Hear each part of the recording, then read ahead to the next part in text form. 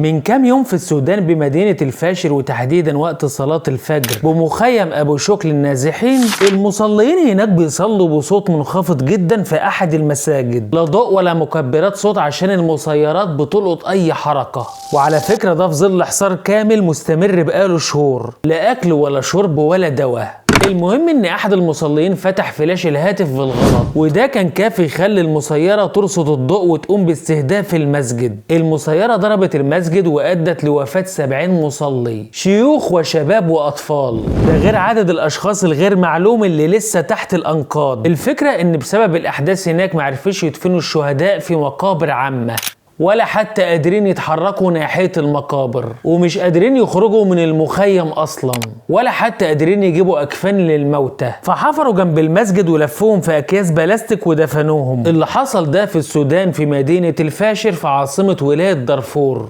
واللي عمل كده قوات الدعم السريع.